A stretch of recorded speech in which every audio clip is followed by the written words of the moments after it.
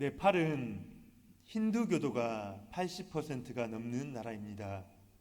최근 들어 기독교인들이 조금씩 늘어나고 있다고 합니다. 네팔의 기독교인들을 보는 그 힌두인들의 관점이 어떨까 하는 것입니다. 비록 종교는 다를지라도 저들은 믿을 만한 사람들이다, 그렇게 생각한다고 합니다. 네팔 기독교인들의 삶이 비기독교인들에게 인정을 받고 있는 것이지요. 한때 우리나라에도 기독교인이라면 믿을 만하다라고 여겨지던 때가 있었습니다. 3.1 운동과 같은 일제 때 여러 독립운동들을 대한민국 인구 중 당시 소수에 불과했던 기독교인들이 거의 다 주도를 하였습니다. 광복 후 대한민국 새 정부를 세워나가는 데 있어서도 기독교인들의 역할이 상당히 컸습니다. 당시 사람들은 기독교인들을 존경했다고 합니다. 외국 종교라는 거부감이 있어서 비록 자신이 믿지는 않았지만 그들은 기독교인들의 삶의 방식을 칭찬했습니다. 한국 초기 기독교가 급속하게 퍼져갔던 이유인 것이죠. 하지만 지금 한국의 기독교인들은 세상 사람들에게 어떠한 사람들로 비춰지고 있습니까? 많은 사람들이 기독교인들을 욕하고 있습니다. 어떻게 믿는 사람이 그럴 수가 있느냐, 그런 말을 많이 하지요.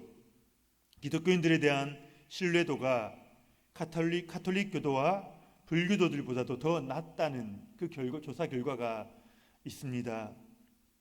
사회에 나가서 나는 하나님을 믿는 사람이야, 나 교회 다니는 사람이야, 그렇게 말하면 예전에는 그래도 좀 더 믿을 만한 사람이네, 그렇게 사람들이 생각을 하고 반응을 했었는데 이제는 말뿐인 사람들 또는 이기적인 사람들, 그런 냉소적인 반응만이 돌아오고 있는 것이지요. 물론 저는 여전히 한국 기독교가 이 나라를 떠받치고 있다고 생각을 합니다. 조용히 남을 섬기며 자신을 헌신하는 자들이 이 나라에 아직 많이 있습니다. 그런 점에서 우리나라는 아직 희망이 있습니다. 하지만 안타까운 것은 하나님 말씀에 붙들리지 않은 신실하지 못한 자들 때문에, 자신의 욕심을 쫓는 자들 때문에 문제가 생기는 것이죠. 한국교회에서 이런 자들을 양산하고 있다, 이런 이야기를 듣고 있는 것입니다. 이런 자들 때문에 전도의 길이 막히고 있는 것이죠. 그런데 이것은 멀리 있는 다른 사람들의 이야기가 아니라 오늘날 우리들의 이야기이기도 한 것입니다. 우리들은 얼마나 그리스도인답게 살아가고 있는가. 우리 성도님들께서는 주위 사람들에게 믿을 만한 사람이다, 저 사람은 정말 믿을 만해, 인정을 받고 계십니까? 혹 당신을 보니 별로 교회에 가고 싶지 않다, 그런 소리를 듣고 계시지는 않습니까? 그것을 확인해 보려면 우리 성도님들의 일터와 현장에서 여러분들이 기독교인임을 드러내야 하는 것이죠. 그때 내가 기독교인이라는 것을 저들이 알았을 때에 그들이 우리에게 어떤 반응을 보이는가, 그것을 알 수 있는 것이죠. 이것은 우리 신앙의 참 모습을 점검하기 위한 중요한 방법이 될 것입니다. 우리 안에만 있는 것이 아니라, 우리 안에만 우린 진짜다, 우린 잘하고 있다 이야기하는 것이 아니라 밖에서 우리를 어떻게 보는가, 그것을 살펴볼 필요가 있는 것이죠. 오늘 말씀에 믿지 않는 자들로부터 칭찬을 받은 한 사람이 등장하고 있습니다. 바로 아브라함의 아들 이삭입니다. 이삭의 직업이 무엇입니까? 성경에 보면 이삭은 농사를 지었고 양과 소를 키웠다, 그렇게 말합니다. 이삭은 농부이자 목축업자였다, 그렇게 할 수 있겠죠. 그렇다면 이삭이 농사와 목축을 성공하기 위해서 가장 필요한 것이 무엇이었는가 하는 것입니다. 바로 물입니다. 여러분들 다 아시다시피 가나안 땅은 물을 구하기가 너무나도 어려운 땅입니다. 이곳에서 농사와 목축에 성공하는 것은 풍부한 물을 확보할 수 있느냐, 그것과 직결이 되는 것이죠. 안 그래도 물이 부족한 그 땅에 지난주 살펴보았지만 흉년까지 든 것입니다. 물을 얻을 수 있는 유일한 방법은 땅 속에 이제 스며들어 있는 그 물줄기를 찾아서 우물을 파야 하는 것이죠. 우물을 파는 일이 정말 고된 작업입니다. 지금 같으면 기계와 장비를 동원해서 땅속 몇십 미터까지도 금방 파내려 갈 수가 있습니다. 하지만 그 당시에는 그런 장비가 전혀 없었습니다. 삽이나 괭이를 든 몇십 명의 사람들이 달라붙는 것이죠. 몇 주 또는 몇 달 동안 땅을 파내려 가야 합니다. 아무리 파도 징조가 보이지 않습니다. 그러다가 어느 순간 물이 터져 나오면 이제 모든 사람들이 환호성을 지릅니다. 만약 끝까지 물이 나오지 않으면 그간 수고는 다 수포로 돌아가고 또 다른 곳을 찾아서 우물을 파기 시작해야 하는 것이죠. 이삭에게는 아버지 아브라함으로부터 받은 우물이 있었습니다. 그래서 이삭은 이 우물물을 사용해서 열심히 농사를 지었던 것 같습니다. 오늘 말씀에 보면 이삭이 그 땅에서 농사를 해서 100배나 얻었다, 그렇게 기록을 하고 있습니다. 대단한 수확이지요. 거부가 된 것입니다. 그렇게 잘 되자 주변에 있던 사람들, 블레셋 사람들이 시기하기 시작하는 것입니다. 너 물이 없어서 우리 땅 근처로 내려와 있으면서 그렇게 잘 되는 걸 보고 있을 수 없다는 것입니다. 블레셋 사람들이 어떻게 하면 이삭을 골려줄까, 이제 그런 고민을 하는 것입니다. 블레셋 사람들이 결국 어떻게 합니까? 흙과 돌을 가지고 가서 이삭이 사용하고 있던 그 우물을 메워버리는 것입니다. 나도 사용할 수 없고 너도 사용할 수 없고 그렇게 얘기하면서 너가 잘 되는 꼴을 우리가 여기서 볼 수 없다는 것이죠. 이것은 이삭에게 치명적인 일입니다. 이 우물을 이용해서 농사와 목축을 성공할 수 있었습니다. 생명과 같은 그 물입니다. 더 이상 이곳에서 그 물 없이 생활을 할 수가 없는 것입니다. 그래서 이삭은 그곳에서 쫓겨나고 마는 것이죠. 이때 우리가 한번 생각해 봐야 할 것이, 이삭에게 대적할 만한 힘이 전혀 없었을까? 이삭에게는 종이 심이 많았습니다. 사실 블레셋 사람들을 대적할 만한 충분한 힘도 아마 있었을 것 같습니다. 16절을 보면 블레셋의 왕 아비멜렉이 이삭을 보고 너희가 우리보다 강성하다, 너희가 우리보다 강성하니 우리를 떠나가라, 그렇게 말하고 있지요. 그만큼 이삭의 세력은 한 가정이 아니라 그 함께하는 무리들, 종들, 그 식구들이 엄청난 세력이었던 것입니다. 단지 이곳 땅이 블레셋 땅이었기 때문에 블레셋 사람들 자기들이 보고 있을 수 없다는 거죠. 텃세를 부리고 있는 것입니다. 이삭이 잘 되는 것이 배가 아파서 더 이상 보고 있을 수가 없다는 것이죠. 만약 우리 성도님들께서 이삭이었다면 어떻게 행동을 하셨겠습니까? 이삭은 막부터 싸우지 않습니다. 모든 종들과 가축들을 이끌고 밖으로 또 물을 찾아서 나오는 것이죠. 이삭에게 많은 종들과 가축들이 있었기 때문에 한번 움직이는 것이 결코 쉬운 일이 아닐 것입니다. 주인 이삭을 보면서 답답하게 생각하는 종들도 아마 많이 있었을 것입니다.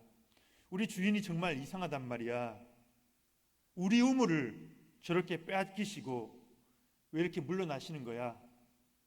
우리가 힘이 약한 것도 아닌데 한번 붙어보면 안 될까? 나라면 저 녀석들에게 본때를 보여주고 말겠어. 그런 마음들이 또 아마 있었을 것입니다. 하지만 이삭은 아무 말 없이 새로운 목축지를 찾아 새로운 우물물을 찾아 떠나오는 것입니다. 한참 후에 드디어 농사와 목축에 적합한 땅을 또 발견합니다.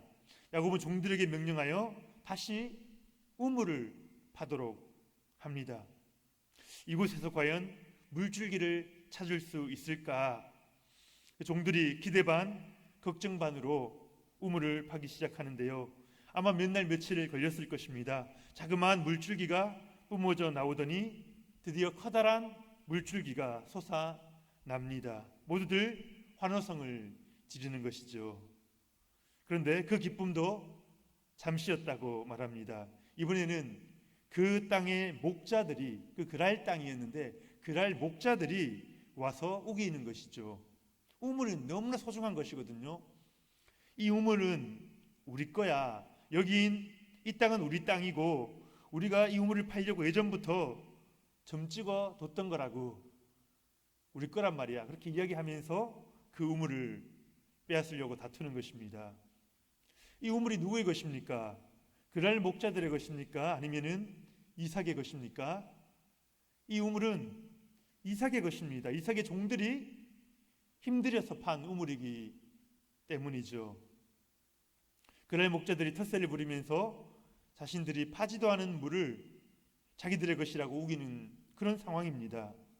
그래서 이삭은 또 안타까운 마음에 그 우물의 이름을 다툼, 이 우물 때문에 다툼이 생기는구나, 다툼이라고 그렇게 짓습니다. 그랄의 목자들을 보면서 우리 성도님들 마음속에 떠오르는 사람들이 혹 있으십니까? 우리 성도님들께서 힘들여 얻은 수확을 자신들의 것이라고 우기는 사람들 말입니다. 그 사람들은 교묘한 논리를 가지고 우리의 것들을 빼앗으려고 합니다. 우리가 그 사람들과 맞서 싸운다고 해도 아무도 우리를 욕하지 않을 것입니다. 싸울 땐 싸워야지요. 우리에게 정당한 소유권이 있고 그것을 지키기 위해 싸우는 것이 너무나 당연한 일이 아니겠습니까? 하지만 이삭이 그렇게 행동하지 않는 것입니다. 이번에도 이삭은 종들을 데리고 가축들을 이끌고 물러나는 것입니다. 오늘 본문을 잘 보면 이 그랄 목자와의 사이에는 이런 일이 한 번이 아니라 두 번이나 있었음을 알 수 있습니다. 두 번씩이나 힘들어 판 우물을 빼앗긴 것이죠. 이삭은 맞서 싸우지 않고 자리를 옮겨 또 다른 우물을 파는 것입니다. 우물을 빼앗기면서도 쉬지 않고 또 다른 우물을 파는 이삭을 보면 참 어떤 면에서는 답답해 보이기도 하고요. 우직한 소처럼, 느릿느릿한 소처럼 답답한 마음이 들기도 하지요. 근데 이제 마지막 자리를 옮겨 우물을 팠을 때에 다행히 이번에는 아무도 그의 우물을 빼앗지 않습니다. 우리 22절 말씀 같이 한번 읽어보겠습니다. 시작.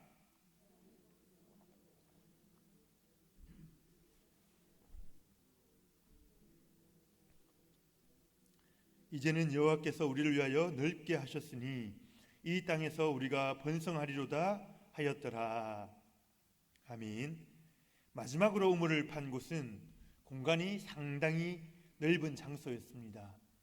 하나님께서 기억하시고 넓은 장소를 주시는 것 같아요. 우물의 이름을 그렇게 적습니다. 공간이 넓다라는 뜻을 가진 르호봇이라는 이름을 그 우물에 붙입니다. 이삭은 이 우물을 파고 감사하는 마음에 기도를 합니다. 이 넓은 공간에서 자신의 가족 일행이 번성할 수 있기를 위해 하나님께 기도하는 것이죠. 그동안 억울하게 우물을 빼앗겼지만 이삭은 하나님께 불평하지 않았습니다. 그리고 결국 넓은 곳으로 나와 하나님께서 우물을 허락하여 주셨을 때에 그것은 우리를 향한 하나님의 계획이며 배려라고 하나님께 감사의 기도를 올려드리는 것입니다. 어쩜 우리의 모습과 너무 대조적이지 않습니까? 우리는 하나님께서 우리의 요구를 허락하지 않는다고 계속해서 불평하다가 하나님께서 허락하시는 순간에는 그 감사의 제목을 잊어버리곤 하지요. 하지만 이삭은 그 반대였습니다. 불평의 순간을 묵묵히 참고 견디다가 하나님께서 축복해 주시는 때에 감사의 노래를 불러드리는 것입니다. 그렇다면 이삭에게 어떻게 이러한 모습이 가능했을까 하는 것입니다. 그것은 그가 단지 마음씨가 넓었기 때문만은 아닐 것입니다. 물론 이삭의 성품이 온유했음을 우리는 추측해 볼 수 있는데요, 그 온유한 성품 또는 기질 자체가 그를 이렇게 이끌었다고 보기도 힘든 것 같습니다. 하나님께서 그에게 주셨던 약속, 하나님께서 그에게 주셨던 그 약속에 대한 믿음이 그의 마음 가운데 확신과 여유를 주었던 것입니다. 우리 창세기 26장 3절에서 4절, 우리 지난번 살펴보았던 구절인데요, 창세기 26장 3절 4절 말씀 우리 한번 같이 읽어보겠습니다. 시작. 이 땅에 거류하면 내가 너와 함께 있어 내게 복을 주고 내가 이 모든 땅을 너와 내 자손에게 주리라. 내가 내 아버지 아브라함에게 맹세한 것을 이루어 내 자손을 하늘의 별과 같이 번성하게 하며 이 모든 땅을 내 자손에게 주리니 내 자손으로 말미암아 천하 만민이 복을 받으리라. 아멘. 하나님께서 이삭에게 하신 약속이 있었다는 것입니다. 가나안 모든 땅을 너와 내 자손에게 주겠다라고 약속을 주셨다는 것이죠. 하나님께서 이 모든 가나안 땅을 나에게 주시기로 하셨는데 그깟 우물 한두 개 가지고 피나도록 다투어 싸울 필요가 없는 것입니다. 하나님께서 친히 주시겠다고 약속하셨는데 내 힘으로 뭔가를 얻겠다고 다투고 싸우고 고생할 필요가 없는 것이죠. 오히려 내 자손으로 말미암아 천하 만민이 복을 받으리라. 이 약속을 기대하면서 오늘 내 삶 가운데서 내가 먼저 그들을 축복하리라, 그렇게 다짐하지 않았을까요? 블레셋 사람들, 야, 너희 나한테 이렇게 못살게 굴지만 너희도 복 받아라. 그럴 목자들, 너희도 이 우물 가지고 잘 되거라. 하나님의 도우심에 대한 확신, 하나님의 도우심에 대한 그 확신이 있었기 때문에 이삭은 맞서 싸우지 않고 양보할 수 있었던 것입니다. 오늘 이삭의 모습을 보면서 어떤 생각이 드십니까? 세상은 분명히 이삭을 바보라고 할 것입니다. 그의 삶을 세상적인 사고방식으로는 결코 이해할 수가 없기 때문이죠. 그는 자신의 힘으로 얻은 것을 바보처럼 빼앗겼으니 그야말로 바보인 것입니다. 하지만 믿는 우리들이 볼 때에는 결코 그렇지가 않습니다. 이삭은 결코 바보가 아닙니다. 그는 지혜로운 자입니다. 하나님께서 도우시리라 약속하셨으니 굳이 쓸데없이 자신이 축복해야 할 자들과 그들과 맞서 싸울 필요가 없는 것이지요. 참 지혜와 온유는 하나님의 언약을 붙드는 자들에게 주어지는 선물인 것입니다. 이삭에게서 하나님과 통한 사람만이, 하나님과 대화를 나누고 마음이 통한 사람만이 가질 수 있는 그런 여유가 느껴지지 않습니까? 사실 오늘 이삭의 모습은 예수 그리스도의 모습을 우리에게 보여줍니다. 예수 그리스도가 누구십니까? 그분은 육체를 입고 이 땅에 오신 하나님이십니다. 하나님이신 그분이 이 땅에 오신 것이죠. 그분에게는 어느 누구도 대항할 수 없는 능력과 영광이 있습니다.